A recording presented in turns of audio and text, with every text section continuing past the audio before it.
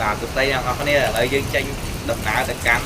វត្តបញ្ញាធំបាទដែលមានទីតាំងនៅភ្នំពេញហើយឥឡូវយើងចាប់បានចេញដំណើរយើងចាំមើលសកម្មភាពនៅវត្តនឹងទាំងអស់គ្នាបាយបាទនេះមួយតោបាទឥឡូវយើងធ្វើដំណើរមកដល់ទីតាំងវត្តបញ្ញាធំហើយបាទហើយឃើញថាវត្តនេះមានទីតាំងធំខ្លាំងមែនតើយើងជិះរឿងយូរដែរនាំតែផុតពីម្ខាងទៅម្ខាងហើយឃើញថាលបងវត្តធ្វើពីថ្មភ្នំបាទបន្ទាប់គ្នាច្រើនមែនតើ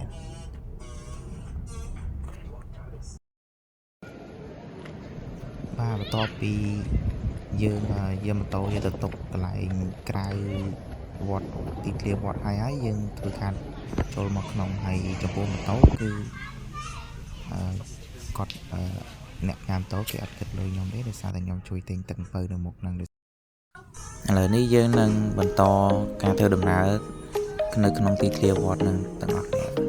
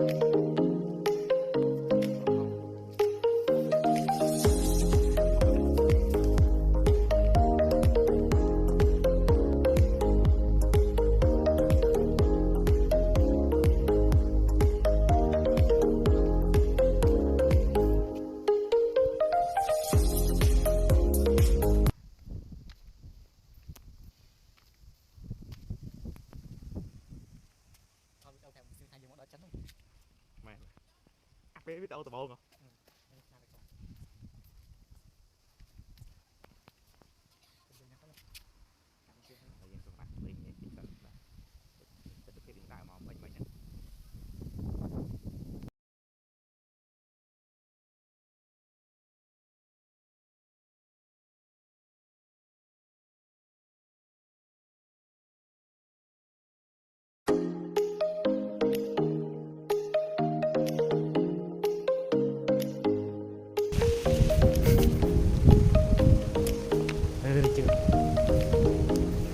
nói mà yêu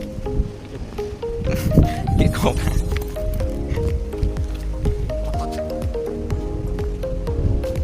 những đò phanh láng ơi bông con mà một mốt ạ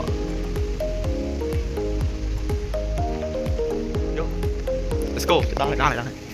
phanh lang mà bông con những ngọc này đám xa đám làm chết không làm chơi chết tích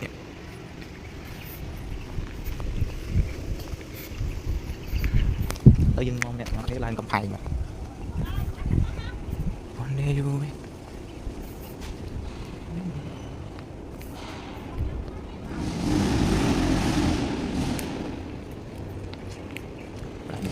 chọc mày lường đánh khoan cũng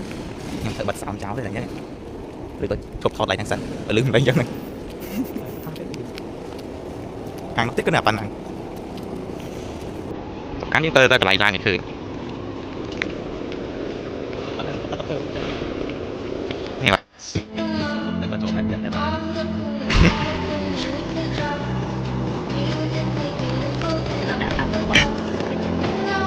ngon một ngon này chết này rồi nè đai tao lót tại chơi vậy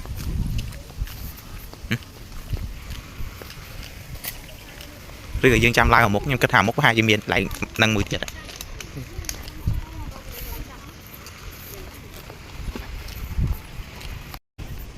ឡូវយើងបន្ទាប់ពីដើរតាមទឹកនេះមកឥឡូវយើងមកដល់ផ្លូវថ្មីហើយយើងបានដើរទៅមុខទេដោយសារទៅមុខនេះផ្លូវវាដែរប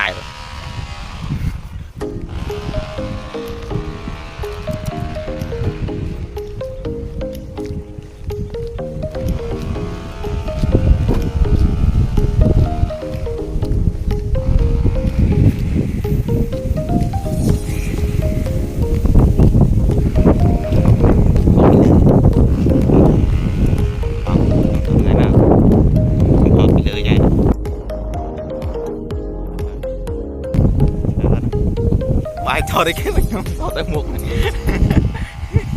ចាទៅបាយបាយអត់មានអា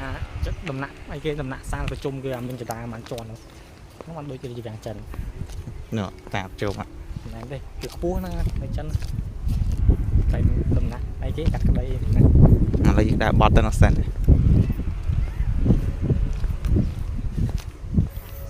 ធំប៉ុណ្ណានេះគួរមាន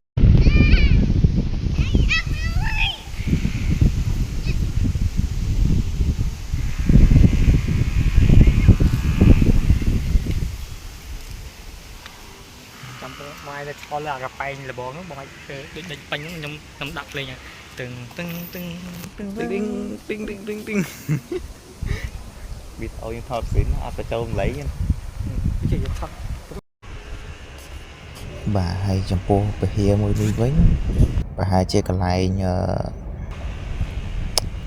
ប្រសង់ធ្វើសមាធិអីខ្ញុំអត់សូវដឹងដែរដោយសារតែខ្ញុំពេលដើរចេញទៅឃើញគេដាក់ផ្លាកមុខទ្វារចូលកន្លែងហ្នឹងគេដាក់ថាកន្លែងសមាធិបាទហើយ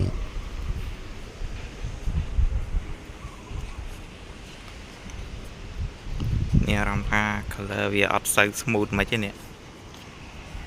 គេចាំងថ្ងៃមកពីនោះបាទហើយចំពោះដំណើរកម្សាន្តខ្ញុំថ្ងៃហ្នឹងអស់ត្រឹមហ្នឹងហើយដោយសារតែទៅមុខទៀតរូបភាពស្រៀងគ្នាខ្ញុំអត់បានថតទេហើយជួបគ្នានៅវីដេអូក្រោយបាយបាយអ្នកទាំងអស់គ្នា